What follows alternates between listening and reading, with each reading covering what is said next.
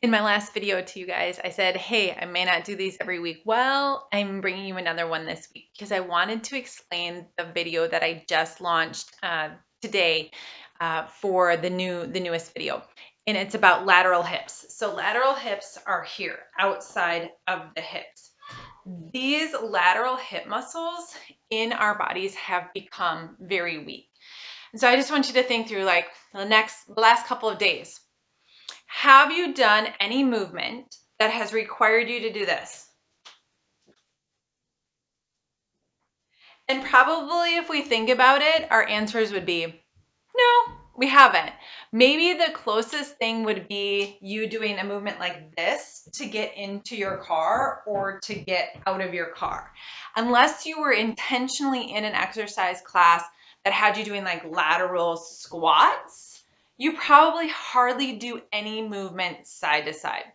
If some of you are in a dance class, that might be an exception to the rule. We just in general don't do a lot of lateral movements side to side. We don't. Think about like when people were doing farming and gardening and things like that, how much you would laterally move down a row. We don't do a lot of lateral movement. And it's unfortunate because lateral movement is really, really crucial for our gait. So when I say gait, I mean walking. And when we start to lose the integrity of the lateral hip, it means a couple of things. It could mean we start to shuffle walk, or we start to deviate the hip. So when someone walks, they walk like this because they don't have the stability to keep the hips here and walk. So one of the challenges for you guys this week would be to set up a camera or get a full-length mirror and just look at yourself walking. And pay particular attention to your hips.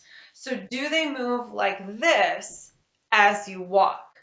And that's going to be really good information for you, just to be observant of your own body.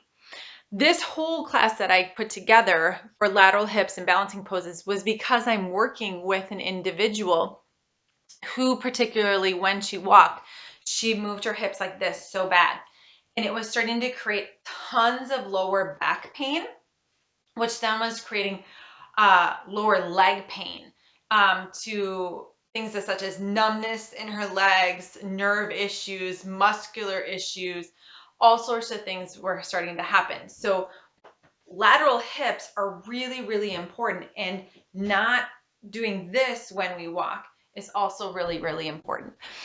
So yeah, that's really all I want to bring to you guys, is to evaluate yourself when you're walking, and then think about how much you do and don't use your lateral hips, and then go try that class and see how you do. See how your lateral hips feel after you do that class. And maybe one of your imbalances and weaknesses are lateral hips, and you need to spend a little bit more time on them.